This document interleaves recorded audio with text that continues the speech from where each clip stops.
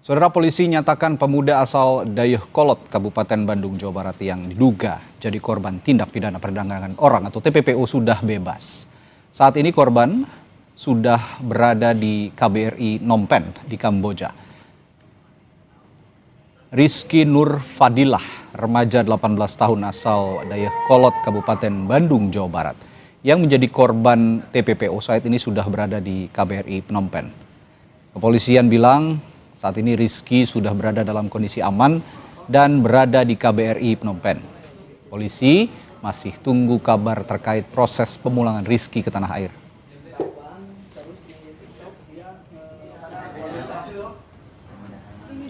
Dari KBRI Kamboja yang ada di Phnom Penh bahwa korban saudara Rizky saat ini sudah berada di KBRI Phnom Penh yang mana masih dilakukan pemeriksaan.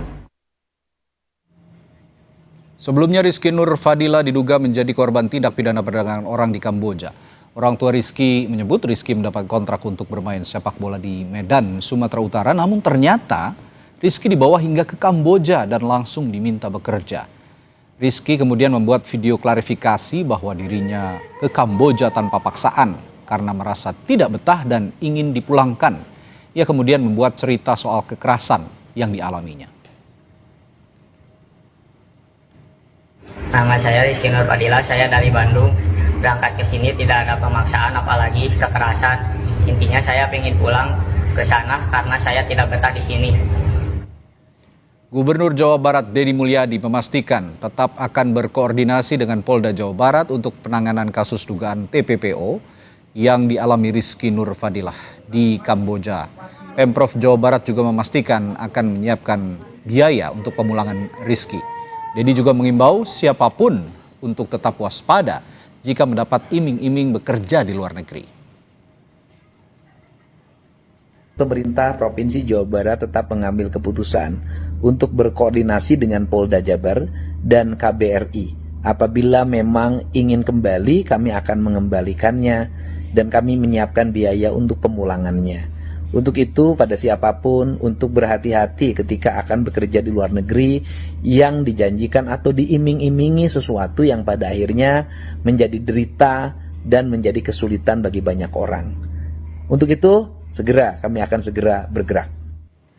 Ya, dan untuk mengetahui informasi selengkapnya soal kasus ini, kita akan berbincang dengan Kabid Humas Polda Jabar, Kombes Hendra Romawan. Selamat petang, Pak Hendra. Selamat petang, My Sister, apa kabar? Baik, semoga Anda juga kabar baik. Pak, saya mau konfirmasi dulu. Jadi saat ini apakah posisi Rizky sudah aman? Baik, My Sister, jadi kami sampaikan ya, tadi teman-teman media, Mas Bayu juga Kompas sudah saya kirim. Itu ada foto Rizky sedang ada di KBRI dan dalam keadaan sehat, My Sister. Ya. Dalam keadaan sehat. Ya, sehat, baik, dan wajahnya juga cerah. Dan kami selalu berkoordinasi dengan KBRI di sana untuk memastikan, dan berapa kali kami koordinasi dengan Bapak Yosi Afrizal, staf KBRI yang di Kamboja sana. Dan saat tadi pagi kami sudah melakukan koordinasi untuk asesmen, dan hasil dari asesmen dari KBRI juga sudah kita dapatkan dan nanti bisa kami sampaikan kepada pemirsa di Kompas ini. Lebih tepatnya di mana lokasi Rizky, Pak Hendra? Jadi saat ini posisinya ada di KBRI Kamboja ya, yang bersangkutan. Dan saat ini Rizky tadi sudah selesai dilakukan asesmen terkait dengan apa sih kronologis kejadian yang bersangkutan ini. Tapi disampaikan oleh Kompas tadi benar bahwa Rizky ini memang kesimpulan dari KBRI ini bukan korban TPPO ya.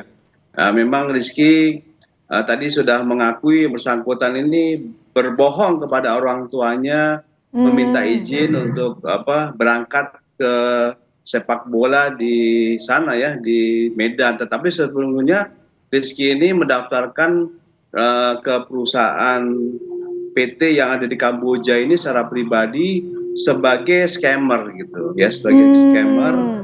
Dan tetapi di situ yang bersangkutan mengakui juga sudah tidak betah kerja di situ ya, dan apa yang disampaikan adanya kekerasan, ada penyiksaan yang bersangkutan ini itu ternyata setelah diperiksa secara fisik ya, dan Rizky juga tadi mengakui bahwa itu tidak ada. Sudah diteliti secara detail dengan pihak KBRI sana itu tidak ada, dan memang yang bersangkutan saat ini ingin pulang, dan saat ini juga kita sampaikan apa syarat-syarat untuk kepulangan yang bersangkutan, apakah perlu waktu dan sebagainya. Dari kita dari KBRI di sana menyampaikan Pak Yosi bahwa masih perlu adanya surat ya, menunggu proses penyerahan administrasi yang disebut surat perjalanan laksana paspor lah, pengganti paspor tersebut yang nanti bisa dipulangkan ke Indonesia. Dan kami pihak Direskrimsus Kriminal Umum ini tetap koordinasi terus. Nah, kita coba untuk prosesnya ini seperti yang pernah kita lakukan kepada saudari Reni yang dari Sukabumi itu.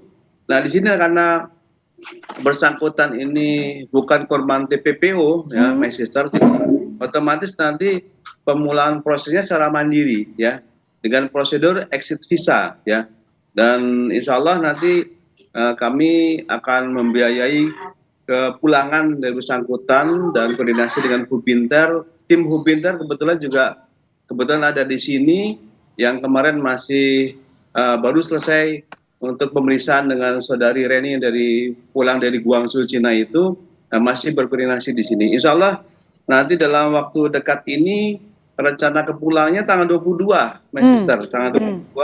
Semoga ini betul-betul tercapai target kita, dan tentu saja utamanya adalah bagaimana pengurusan administrasi ini tadi yang merupakan surat SPLP yang sedang kita urus bersama dengan KBRI di sana. Jadi Rizky tahu benar bahwa kontraknya sebagai scammer, bukan kontrak sebagai pemain bola. Betul, sadar betul yang bersangkutan itu mendaftarkan ke PT yang dia menjadi scammer di Kamboja sana itu. Tetapi karena keinginannya dia untuk kembali dan tidak betah, akhirnya dia membuat status ya di media sosial yang adalah Kabupaten Bandung tadi itu, bahwa dia seakan-akan sebagai korban gitu, sebagai korban PPPO. Ini untuk menarik perhatian publik. Tetapi apapun bentuknya, apabila bisa kita tempuh, ini merupakan juga warga negara Indonesia juga, masih muda dan sebagainya, ya kita akan bantu semaksimal mungkin, my sister. Dan tentu saja kami juga menghimbau kepada seluruh masyarakat, terutama anak muda, yang betul-betul hati-hati dalam mengambil jalan pintas untuk menjadi para pekerja, utamanya yang tadi itu di bidang scammer, karena nanti ini otomatis yang bersangkutan melakukan suatu kejahatan kepada orang lain juga di situ ya, dan tentu saja apabila tidak memenuhi kontraknya, Allahu alam ya, bersangkutan mungkin bisa jadi korban yang lebih berat daripada kekerasan yang alhamdulillah, tapi untuk Rizky ini aman gitu. Ini yang alhamdulillah sekali di sister. Dan alhamdulillah perhatian pimpinan kita untuk bisa kita pulangkan. Ya, Pak Hendra, ini Rizky sampai ke Kamboja melamar ke PT, itu dia dapat informasi dari teman atau ada yang menawarkan, atau dia sendiri yang melamar ke PT tersebut?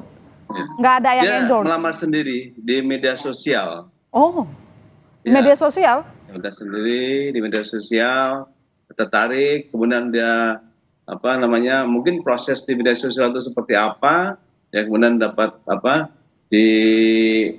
dikoordinasikan lagi lebih detail dengan yang bersangkutan, ya DM lah gitu seperti biasa, mereka ada komunikasi dan akhirnya dia menyepakati kontak tersebut ya, dan akhirnya berangkat. Jadi memang itu kesadaran sendiri ya, keinginan sendiri, tetapi yang bersangkutan itu melakukan pembohongan kepada orang tuanya, alasannya adalah untuk menjadi pemain sepak bola di Medan sana. Tapi yang bersangkutan itu berangkat ke Kamboja tuh sadar bahwa dia akan kerja di sana. Dan sebagai scammer tuh sudah ada dalam perjanjian kontrak itu. Informasi awal dari kami seperti itu. Jadi isi kontraknya apa sih yang membuat Rizky mau jadi scammer? Nah, ini gaji mungkin tinggi berapa gitu, dia udah cerita belum? Ya. Belum. Ini masih kami karena target kita nih, pimpinan kami untuk segera pulang ya, sehingga tadi fokus kepada bagaimana proses untuk pemulangan yang bersangkutan dulu di sini, sehingga nanti ketika nanti kembali yang bersangkutan kita berikan kesempatan untuk bisa berbicara, memberikan edukasi juga kepada masyarakat, dan tentu saja memberikan permohonan maaf kepada orang tuanya karena telah melakukan suatu kebohongan dan dan sadar dia sendiri berangkat ke sana dengan risiko yang cukup berat gitu. Ya, terima kasih telah berbincang di Sapa Indonesia Malam, Pak Hendra Rohmawan, Kabid Humas Polda Jabar. Selamat petang.